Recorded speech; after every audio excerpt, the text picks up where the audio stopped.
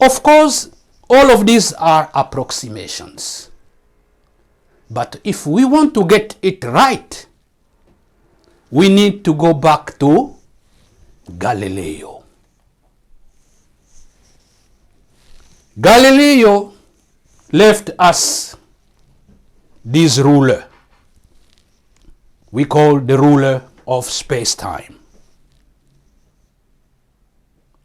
You know very well that Galileo was obsessed with the free fall of objects. He was able even to climb on top of this building in Italy we call Pizza, the Pizza Tower.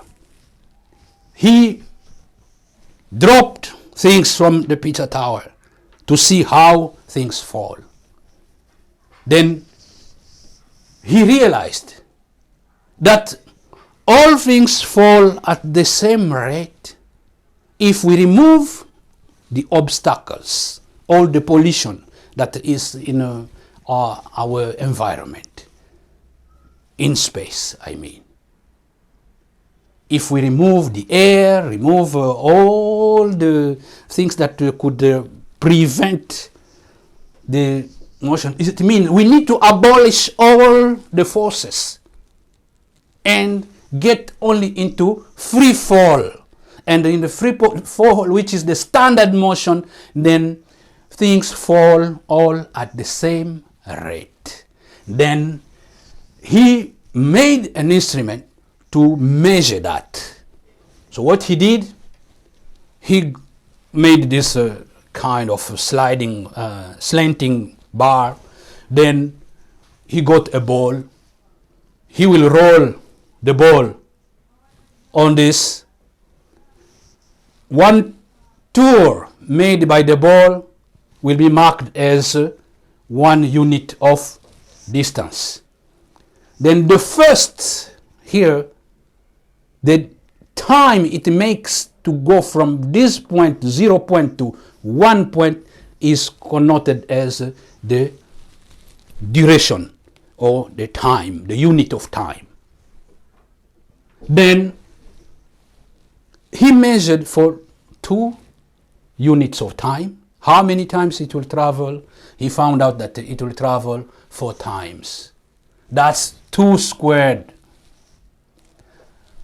Here, he found that if we go to 3 units, it will roll 9 times. And that's 3 squared. You see this? Then he came up with this solution. He said, the distance an object travels during the free fall is directly proportional to the square of time. D equals t squared.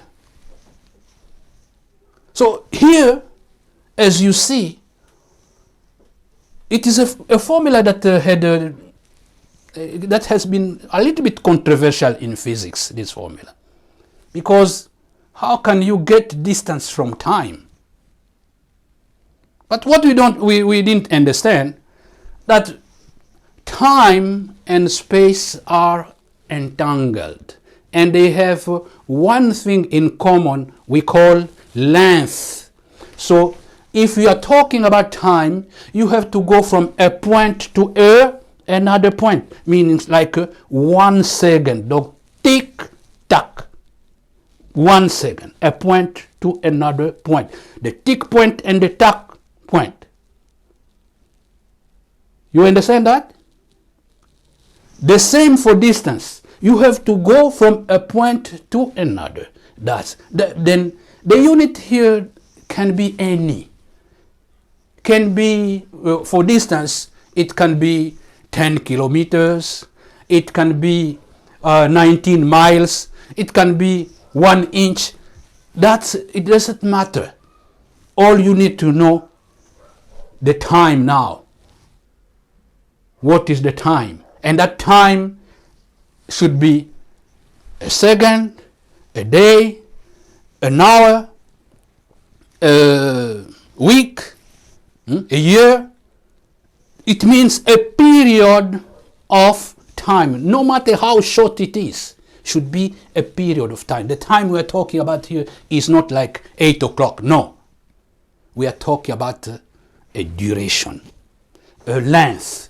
That's why this formula explains the units only, the numbers only. So if you want to study gravity, to know how things move through space and time, you have only to use the numbers. That's why we are insisting on the square law, because the square law is the rule of numbers.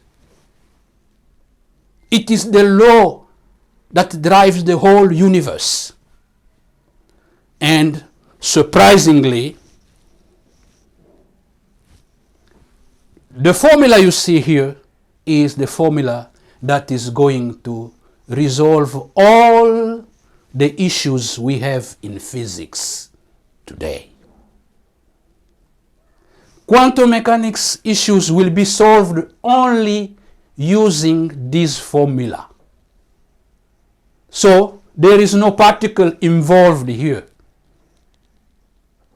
We don't need to study particles. We don't need formulas from quantum mechanics in order for us to resolve the issues of quantum mechanics.